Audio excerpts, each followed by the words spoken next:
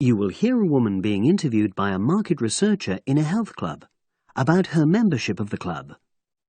First, you have some time to look at questions 1 to 5.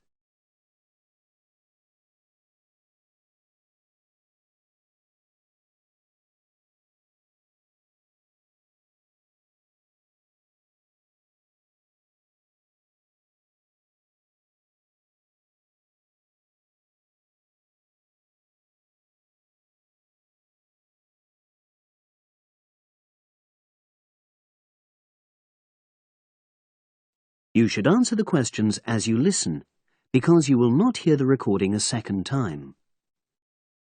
Listen carefully and answer questions 1 to 5. Oh, excuse me. I wonder if you'd have the time to take part in some market research. What's it about? About this club and your experiences and opinions about being a member. It'll take less than 5 minutes. Oh, OK then, as long as it's quick. Can I start by taking your name?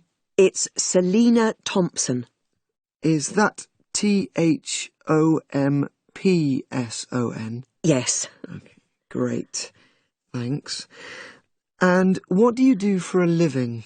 Well, I'm an accountant, but I'm between jobs at the moment. I understand. But that's the job I'll put down on the form. And would you mind my asking which age group you fall into? Below 30, 31 to 50, and above? Over 50, I think we can safely say. Great, thanks.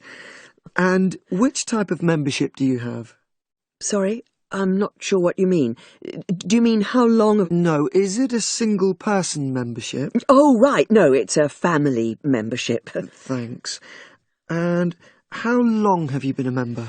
Ooh, let me see. I was certainly here 5 years ago, and it was probably 2 to 3 years more than that. Shall I put down 8? Oh, I remember now. It's 9, definitely. Sorry. No problem. I've got that. And the last question in this first part is, what brought you to the club? Sorry? How did you find out about the club? Did you see any ads? Well, I did, actually. But I have to say I wasn't really attracted to the club because of that. It was through word of mouth. So you were recommended by a friend? Actually, my doctor. I'd been suffering from high blood pressure, and he said the club was very supportive of people with that condition, so I signed up. Great, thanks. Before you hear the rest of the conversation, you have some time to look at questions 6 to 10.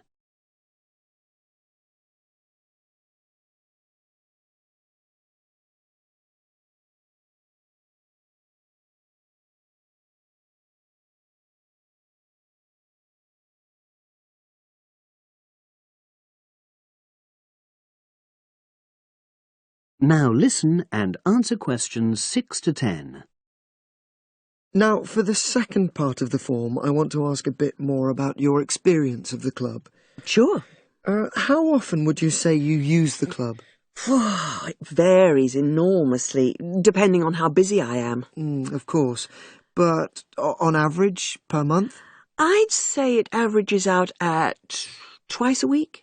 OK, so 8 on average. Yeah, and 4 of those are aqua aerobics classes. That leads me to the next question.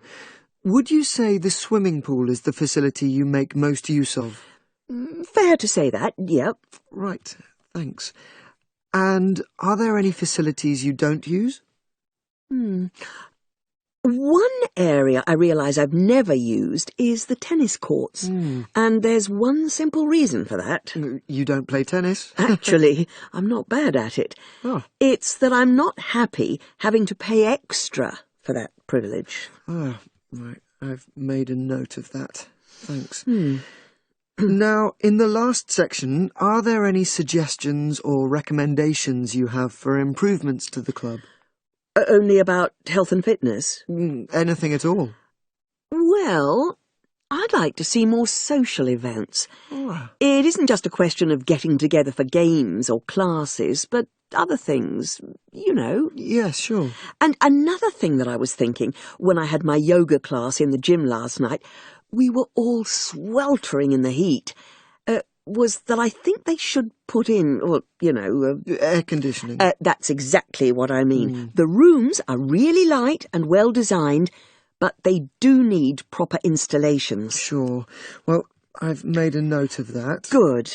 So, is there anything else you'd like to suggest? About quality of service, for example? Oh, everyone's very nice here. They couldn't be more friendly and helpful. Oh, but I tell you what, it's a shame the restaurant isn't open in the evening on Saturday, and Sunday as well, for that matter. Oh. So, the club should... Open it later on those days. OK. Well, thank you very much. That's all the questions I have. That is the end of part 1. You now have half a minute to check your answers.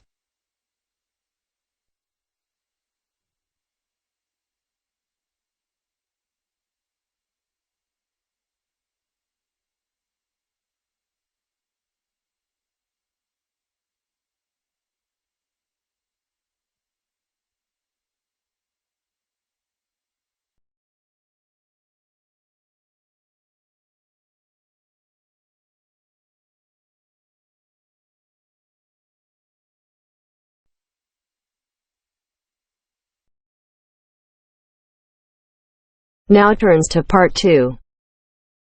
Part 2.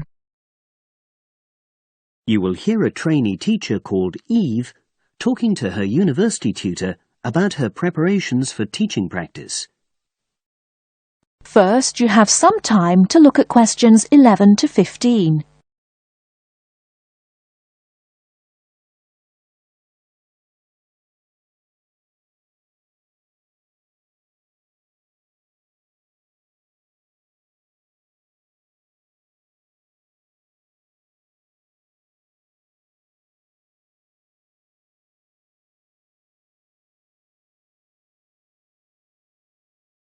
Now, listen carefully and answer questions 11 to 15. Hello, Eve. Come in and sit down. How's it going? Fine, thanks. I'm looking forward to my teaching practice next week. Good. Now, you've got 2 classes, haven't you? Year 3 and Year 6. Have you done your lesson plans? Well, I've decided to take the topic of renewable energy. I haven't done a lesson plan for Year 6 yet, but I thought I'd base their lesson on an example of very simple technology. So, I've brought this diagram to show you. I got it from the internet. Let's see. A biogas plant. So this is equipment for producing fuel from organic waste? Yes. The smaller container on the left is where you put the waste you've collected. Right, and from there it's piped into the larger tank. That's right. And that's slurry on the base of the larger tank. Right. And what exactly is slurry? It's a mixture of organic waste and water. So is that pipe at the bottom where the water comes in? Yes, it is. As the slurry mixture digests, it produces gas, and that rises to the top of the dome. Then, when it's needed, it can be piped off for use as fuel in homes or factories. It's very simple. I suppose there's some kind of safety valve to prevent pressure build-up? That's the overflow tank. That container on the right. As the slurry expands, some of it flows into that, and then once some of the gas has been piped off, the slurry level goes down again, and the overflow tank empties again. I see. Well, I think that's suitably simple for the age level it's for. I look forward to seeing the whole lesson plan. Thanks. And can I show you my ideas for the Year 3 lesson? Of course. Let's... Before you hear the rest of the talk, you have some time to look at questions 16 to 20.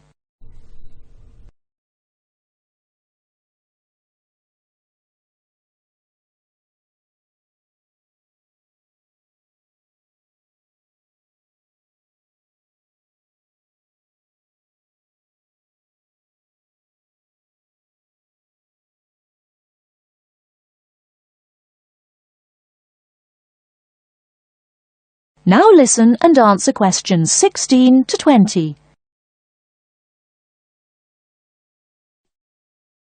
I thought I'd introduce the topic by writing the word energy on the board and reinforcing the spelling and the pronunciation. Then I'll do a little mime, run on the spot or something, to convey the sense. I'd keep it brief at this stage. Yes, I will. Then I'll wipe the word off and write the question, where does energy come from, and see what the pupils come up with. Fine. I'd suggest that you just brainstorm at this stage and don't reject any of their suggestions. Yes, that's what I was going to do. Then I've produced a set of simple statements like, energy makes cars move along the road, and energy makes our bodies grow. There are 8 altogether. Are you going to give them out as a handout, or write them up on the board? First, them up on the board, and then I'll read them out loud. And I'll get the pupils to copy them out in their notebooks. I'll also ask them to think up one more similar statement by themselves and add it to the list. Good idea. After that, I thought I'd vary things a bit by sticking some pictures up of things like the sun and plants and food and petrol and a running child. And I'll get the pupils to work out what order the pictures should come in terms of the energy chain. I think that's a very good idea. You could move the pictures around as the pupils give you directions. Yes, I think they'd enjoy that. And to finish off, I've made a gap fill exercise to give out. They'll be doing that individually, and while they're writing, I'll walk round and check their work. Good. And have you worked out the timing of all that? It'll probably take you right through to the end of the lesson. That is the end of part 2. You now have half a minute to check your answers.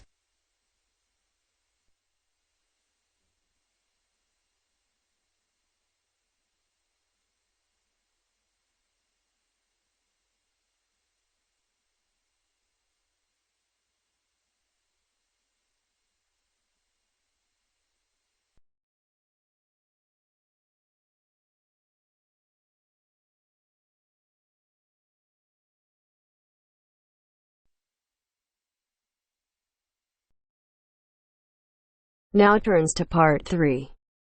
Part 3. You will hear 2 students talking about a class assignment about wild bird rescue and rehabilitation. First, you have some time to look at questions 21 to 25.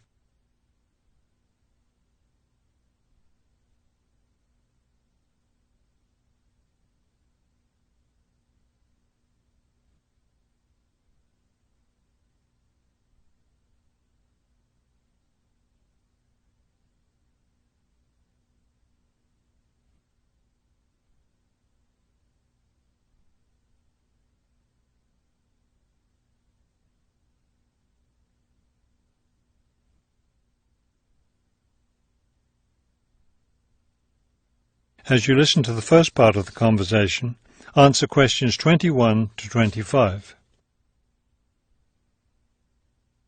Okay, let's go over the requirements and see what we have left to do.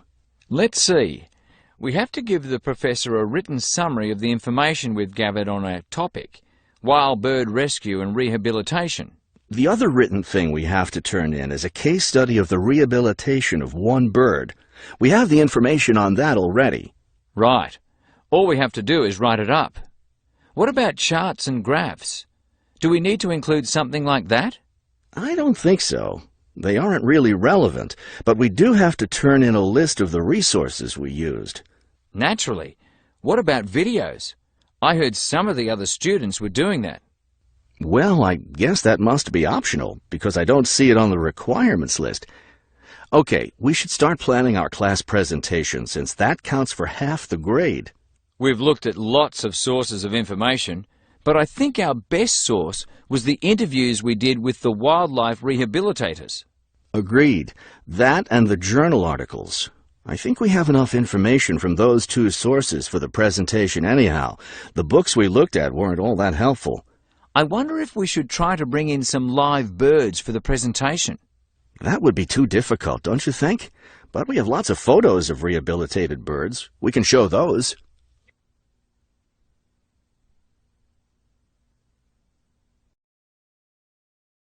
Before you hear the rest of the talk, you have some time to look at questions 26 to 30.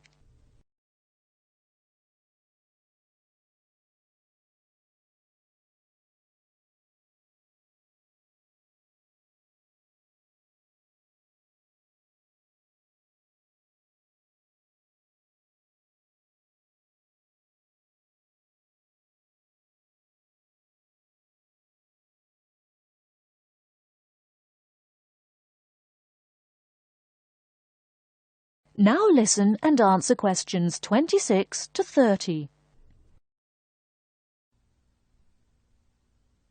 Now listen and answer questions 26 to 30. Right. OK, I think we should start by talking about how to rescue a bird. Probably first we should help people understand which birds need rescuing. Yeah, that's really important. Because a lot of times people see a baby bird that's all alone, or they find a bird sitting on the ground and they think it needs to be rescued. And usually those are just baby birds learning to fly. So we should emphasize that people should only attempt to rescue a bird that's clearly injured. For certain kinds of birds, the rescuer needs to wear protective gloves because some of those birds have sharp claws and can tear your shirt, or worse, injure your face or some other part of your body. Yes, that's an important point. OK, next, let's tell people to put the injured bird in a box with good air circulation. We should let them know that a cage isn't necessary, and a bag, especially a plastic one, could hurt the bird more. Another thing we need to say is that the best way to help the bird stay calm is not by petting it or talking to it, but by leaving it completely alone. Then people should take the bird to the bird rescue center as soon as possible. Right. And we should also point out that when they're driving the bird to the rescue center, it's better not to play music on the radio or talk loudly, because those things just stress the bird. Yes, it's better just to speak quietly while you have the bird in the car. Okay, we've got that part covered. Next we should talk about what happens at the rescue center.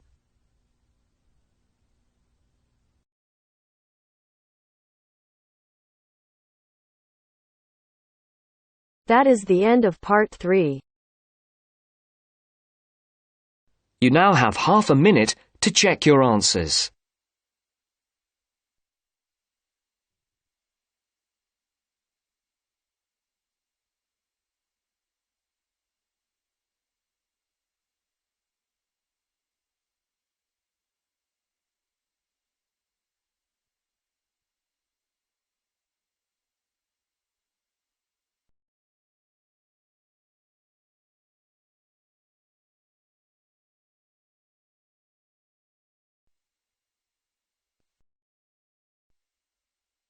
Now turns to part 4. Part 4. You are going to hear a lecture on ecology. First, you have some time to look at questions 31 to 35.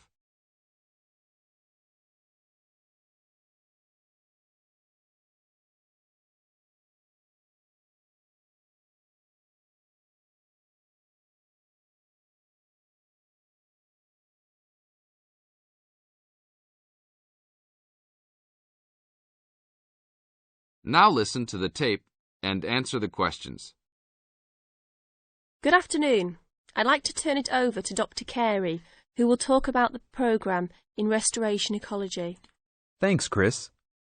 A lot of people think that human beings can do whatever they want to the environment. But as Aldo Leopold taught, land is a system of interdependent parts which should be regarded as a community and not a commodity. Well, that idea has influenced what we teach here in our program, where students come from all over the world to learn about restoring native plant communities back into an ecologically natural state. This field is therefore a combination of formal science with practical applications, and that is quite attractive to many people. We have students, for example, from many different nations who come just to take part in this unique program. Our location is also quite unique. we have the world's oldest restored native plant community in Curtis Prairie at the Wisconsin Arboretum. Some say that this is proof that the science of restoration ecology was birthed in Wisconsin. Well, that may be oversimplified, but our reputation is strong. But students don't have to study prairies only. One student, Edmund Mukala from the Congo, came to study restoring ancient wetlands in the Congo using knowledge gained from historic samples of the soil seed bank. Not all the seeds survived, but some can remain dormant for many years. Mr. Mukala wanted to find out what type of community would be most similar to that ancient seed bank. He has recently returned to the Congo and is now cooperating with the government to implement his findings.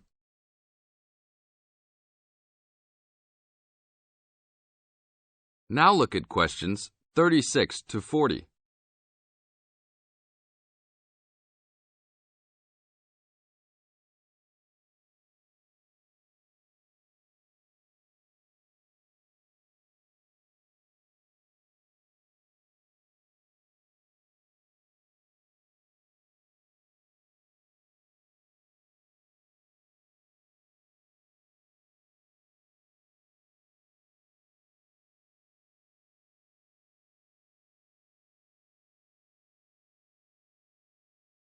As the talk continues, answer questions 36 to 40. So the only prerequisite for doing research here is that it is a native plant community. That means not just prairies, but wetlands, woodlands, savannas, and other environments. We're proud of the diversity of research topics in our program. And we continue to grow. This year we have 32 new students from 8 different countries. When students first arrive, they begin rigid coursework in statistics, ecology, plant identification, and the theory of landscape change. Then they take part in internships at local conservation agencies such as the Arboretum, the Nature Conservancy, the Parks Department, and others. We find internships to be crucial in helping students apply the knowledge they have gained in the classroom. And we're proud to say that, since the beginning, we have graduated 277 students with master's degrees from our programs and 122 students with PhDs. Some have gone on to bigger and better things. One graduate is now the director of the Worldwide Fund for Nature in China. Another is the director of Parks Development in California. And others now lead their own research departments in universities around the world.